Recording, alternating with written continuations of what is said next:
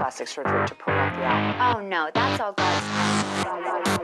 We're back here at the Fame Game with my beautiful global pop star at Heidi Montag. Please buy her music on all platforms. That's how I should always introduce you to anyone. They're still cutting trees now. They waited 10 months after the fire to cut trees. You know, everyone probably should have cut these trees before January 7th, but I digress. Heidi still has a vocal, what's it called? I have a hemorrhage on my vocal cords. It is improved, but I also now have a bacteria in my throat and something else. So I have to be on antibiotics. I'm also on prednisone to try to help heal and recover my voice. But every single time I talk, it hurts, feels like a sharp pain in my throat. And yeah, but other than that, I'm doing great. So the good news is I can speak on her behalf because we are one flesh, and I'll catch you back up and on everything that's happened in our lives since we last checked in. Halloween, we went trick-or-treating in a new community for the first time since we've had children, and it was it worked out great. It was a little emotional because our whole life with kids, we'd, try to see my parents who are down the street. I mean, I don't understand how many more trees they can cut, honestly. I think they're doing it on purpose now. I offered to buy them lunch if they left, and they said no.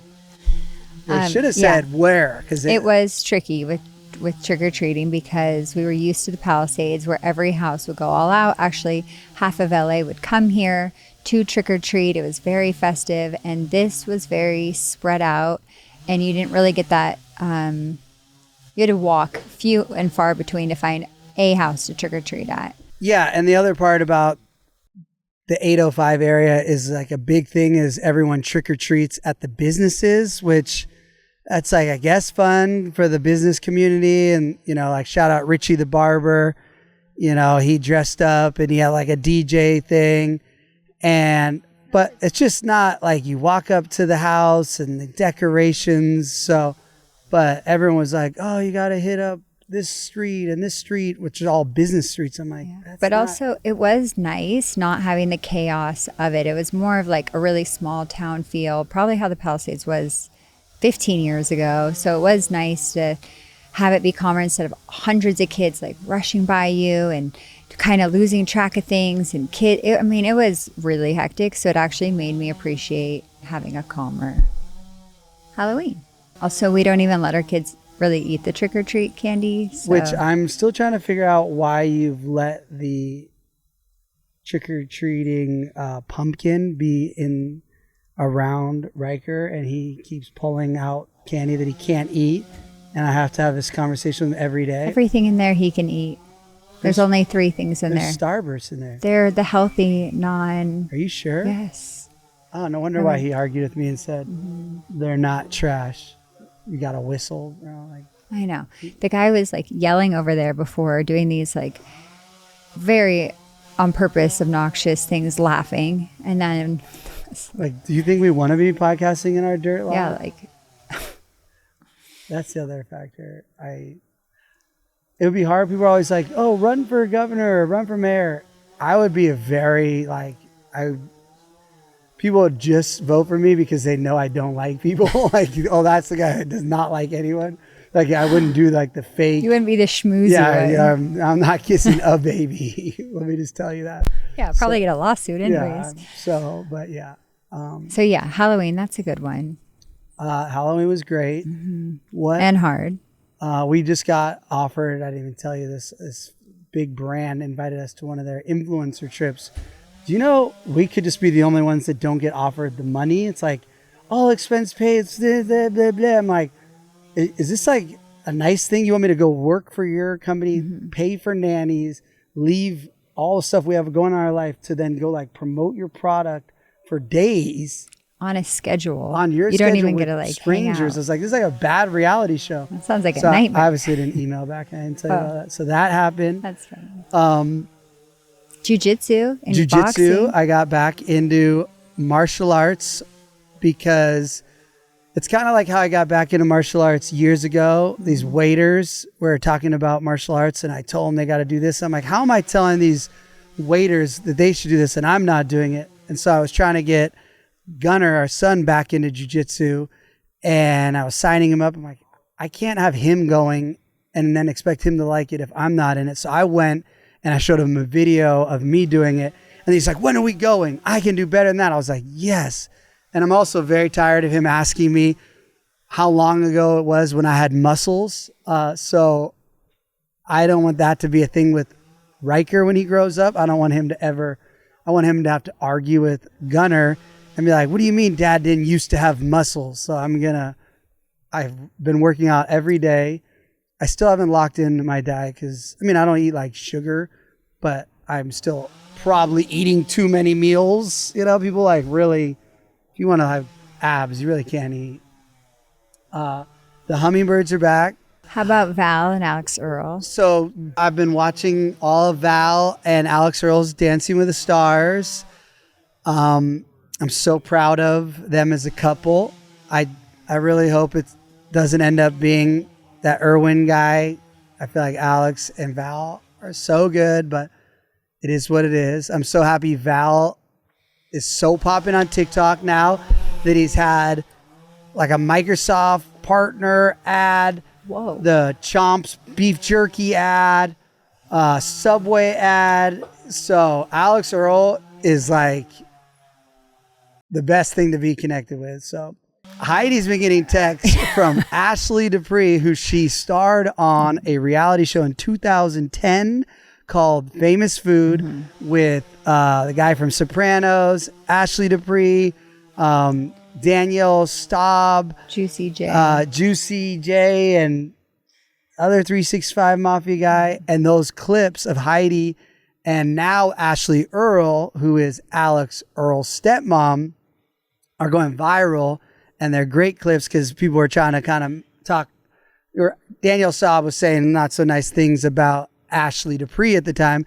And Heidi, of course, her angel self, was very supportive of whatever career choice at that time Ashley had and didn't judge her. Yeah, and standing strong in that and coming clean. And I just thought it was incredible that she was so strong and empowered by herself and that and her story. And I love her. She is one of the sweetest, funniest. If she lived in LA, she hands down would be my best friend, especially back then when I didn't really have anyone to hang out with.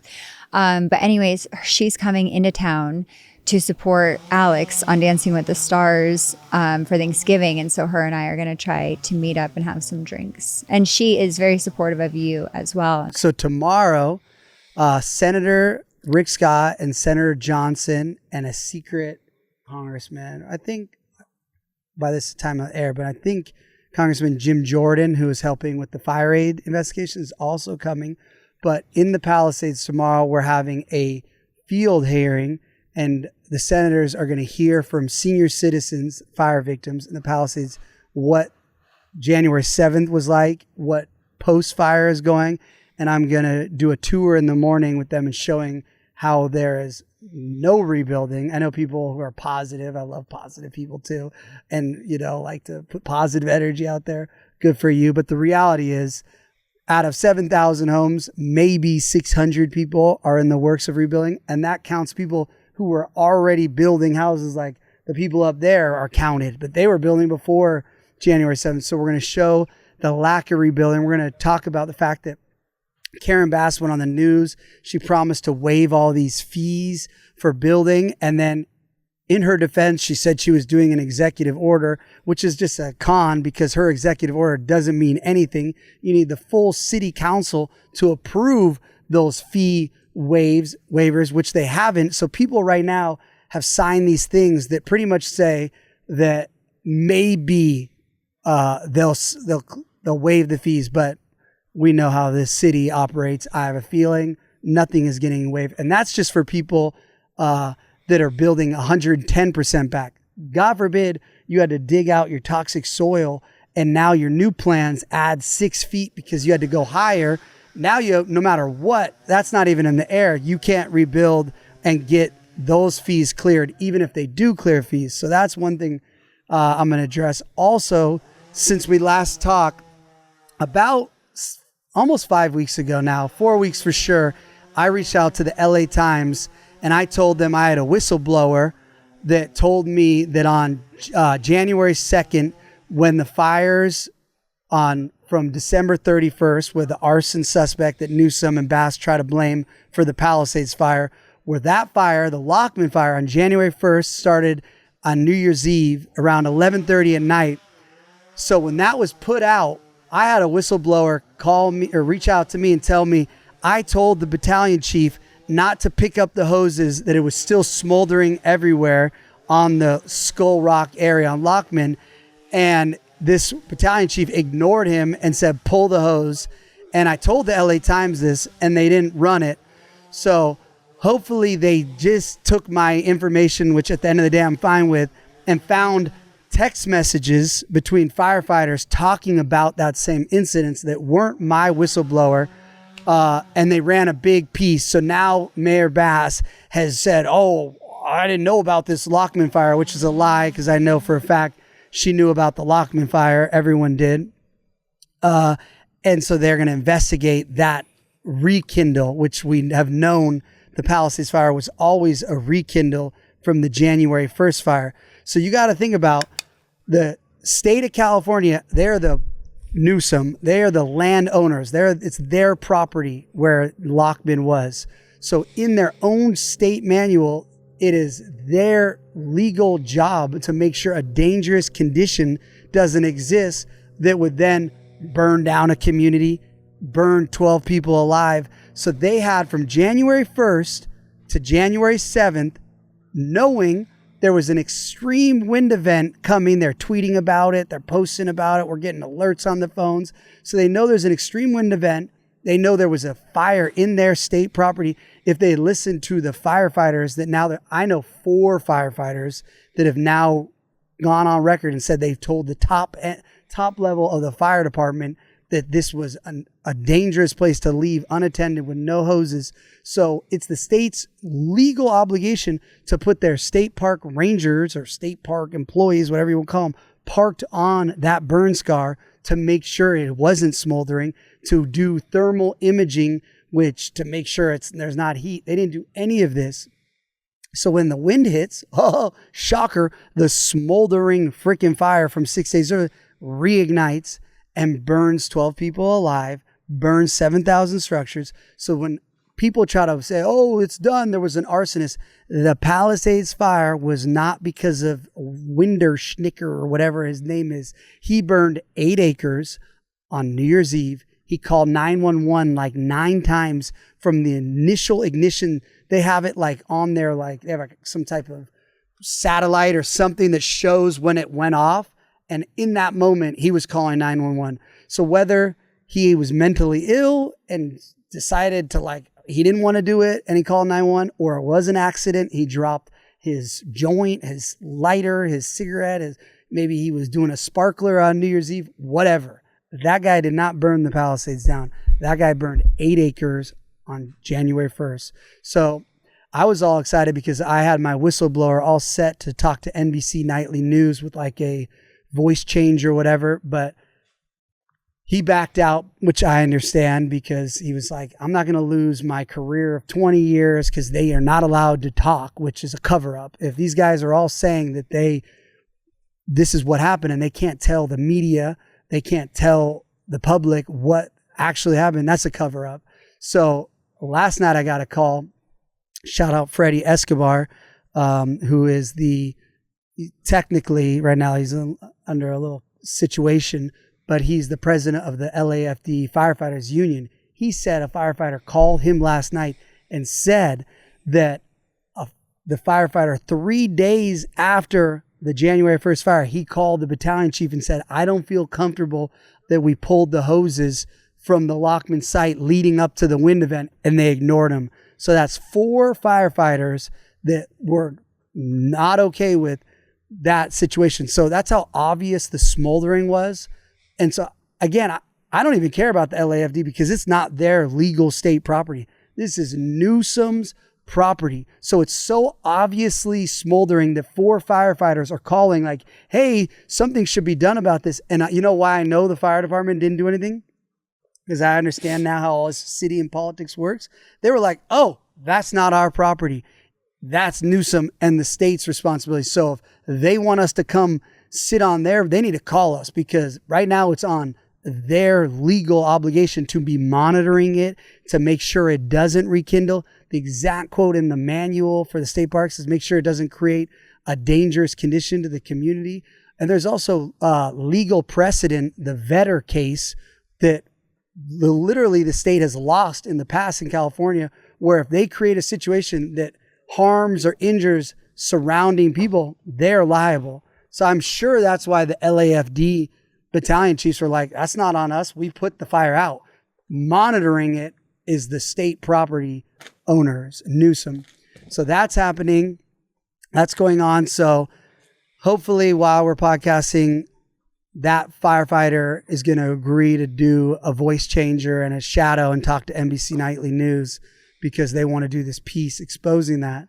So we got that going on. That's a really hard place to be at for a lot of these firefighters who are in that job to help the community, to do good. That is the essence of what I think of a firefighter. I think of someone who is there to help, to be reliable, and then to be conflicted where you're feeling like you're not able to do it, but you don't have the resources to do it, and you have to follow a certain command. Like and then on your soul and your spirit, and how heavy and weighing that must feel now too. That's a really challenging position for a lot of them to be in. So the first firefighter that reached out to me said it was weighing on his soul so much that he had to reach out and like get the truth out.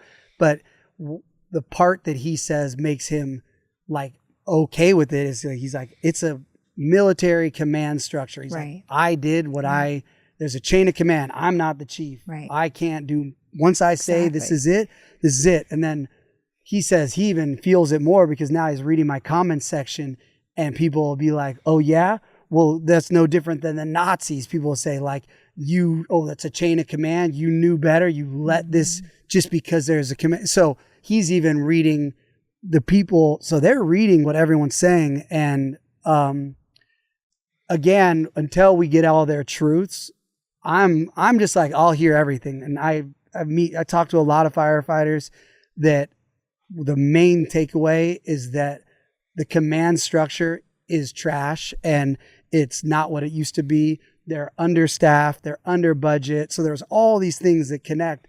And, that's why Chief Crowley, who, is on my shirt. I'm not like a Chief Crowley fan, but she was the first person why she got demoted right away. Say like, you cut our budget.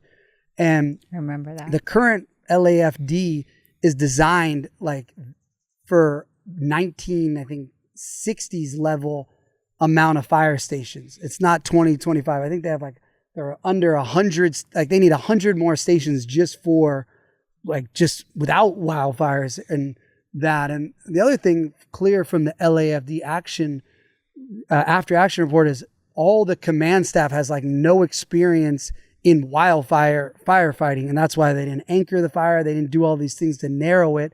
So that's the biggest problem. You have all these communities next to wild land where it interfaces. So you can't have a command structure that knows how to do structure fires in cities, but not when it connects to wild land, especially if your state government isn't going to do fire breaks, is going to leave 60 years of dead brush surrounding these communities. So I keep on saying all this because I keep saying Hollywood is next.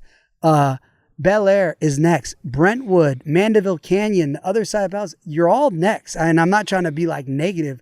If you don't start doing what I'm doing and calling out these people to come do your fire breaks, to clear the dead brush, to clear the city lots that have dead brush, your house is going to be burned down. And then you're going to be in a dirt lot and you're going to be like, oh my God, it happened to me. This isn't like a Palisades only thing, especially when terrorists come to town for the Olympics. What do you think they're going to do? They're going to burn everything down. This is not rocket science now, especially now that Newsom and Bass use the Palisades Fire as one man, the arsonist, destroyed 7,000 structures, killed 12 people. They make it actually look like They're glorifying yeah, him. they make it like this guy's the one, which he's not. But if you're an actual bad guy, you're like, oh, look at them all talking about this guy. This guy's famous. It's just like these school shooters that all get famous and then they all want to do it. You don't think this is coming on a big scale? Oh, we know Santa Ana winds are coming every year to California. So you don't think a bad guy is going to go throw road flares on an electric bike with if they don't even want to get caught, all you do is put on a ski mask, a helmet, a stolen e-bike. You drive around, you throw the road flares for 20 minutes all around, zipping around, boom. Also, there was that AI guy with already making like the That's the fire. arson guy that they try to. But Well, anyways, yeah, it's just, it's dangerous and crazy. And good luck tomorrow. I'm very proud of you for creating this congressional hearing and this importance about the message around Palisades and continuing to fight for.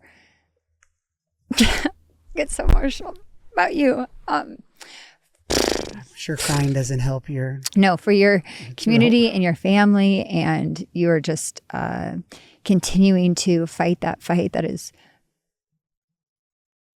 exhausting. So we are all very proud of you, and I hope you feel really proud of yourself to have done as much as you have and created as much awareness as you have, and hopefully we'll be able to rebuild our home here one day. The best part about this hearing is I got a text like, have you prepared your remarks? Are you all locked in? I go, excuse me, my remarks? They're like, have you not looked at the schedule? It says you're opening the hearing with the introduction remarks. I go, I don't think that was sent to me. Am I allowed to use the F word in these remarks? I also was planning on like shaving a little bit, like getting a haircut. It looks clean. It looks really clean. I'm just wondering if I can wear my out of water shirt with like a suit coat over it, or if I don't even wear a suit coat, I just wear the shirt as like a statement.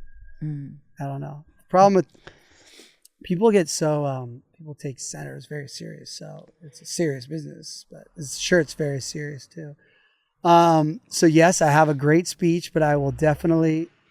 I feel like I just got to speak from the heart, and Holy Spirit will fill you. The Holy Spirit, amen. Speaking of the Holy Spirit, my new Christian warrior that texts me Bible verses is this famous world champion boxer who we'll have on the podcast.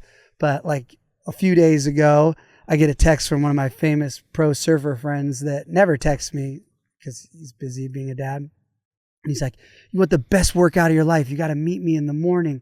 And I'm thinking like, we're going to do jump rope and push-ups and jumping jacks. And I walk into this like gym and there's this like, very fit, I don't know his age, but I'm thinking younger guy. And he's like, Spence? I'm like, yeah. He's like, Vic. I'm like, oh, hey. He's like, I'm here to train with you. I'm like, cool. He's like, do you not know who I am? I'm like, I'm sorry, I don't. He's like, I'm a boxer. I'm like, that's awesome. I don't really keep up with boxing. He's like, I'm the world champ. Like, he starts naming, I fought Mayweather. Da, da, da. I'm like, that's awesome. He's like, here, I got your gloves. Put your gloves on. I'm starting to think I'm on a hidden camera show now. He's like, climb in. So I climb into the ring. I'm wearing like running shoes. He's got a mouth guard in and he's got boxing shoes. I'm like, what is happening? He's like, okay, I'm going to throw and then you throw. I'll tell you. And I'm like, Bobby wasn't there? Bobby's filming. Oh, and so I'm like, is this like a prank? So I'm trying to catch this pro boxer's punches, even though he's not going 100%. They're just coming so fast. And I'm like punching myself in the face because I'm like, you're supposed to like catch it like here and just go, oh, like, oh. It was, I totally threw my shoulder out. So now I'm injecting myself with peptides to try to like heal. But shouldn't you inject them into your shoulder? Maybe there's enough skin. I probably should. But I also want them in my hamstring because I pull my butt. Well, we are going to go to dinner. Gunnar is wanting us to be home and not being with a nanny. Yeah, so I got the 2 documentaries going on. I have the Homeless Industrial Complex documentary. Very excited about that. Partnered up with that famous journalist, investigator, James Lee. People love his videos on social media. So we're going to get that going. And then I'm doing the fire documentary with Gabriel Mann. And then we got the book coming out. So shout out. I think I'm going on The View, CBS Morning in New York. So we got to get those dates. The guy you love to hate. I said I'd go to New York. The guy you love to hate. Loved. Oh, it's so sad. Past Speaking of tense. New York, Jad quit to go move to New York, right? Mm-hmm. And where he was going to live, his living situation just fell through, and now he can't get the bartending job back. So I got a long text like, can you get me the job back? And I'm like, obviously. Wow. Well, I need to full-time get headed bartender? home. What do you say? We need to get headed home. We're losing our light. Well, Make sure you pre-order The Guy You Loved to Hate. Please stream all my music and get any merch. Check out the Out of Water prattdaddy.com. shirt, Straight Out of Water, is going to be a classic. They're now trolling. They said they'd be done. They're trolling. They're trolling us. We love you. Thank you. I love you too. Thank you. I just ate a bug. Damn. No, it's stuck. It's a toxic bug. You want to risk bacteria? No. I'm like a hummingbird eating the bugs out here. Thank you to all of our viewers on X. If you're watching this right now on X, watch the video right below this pinned, because you can watch the full episode here on X.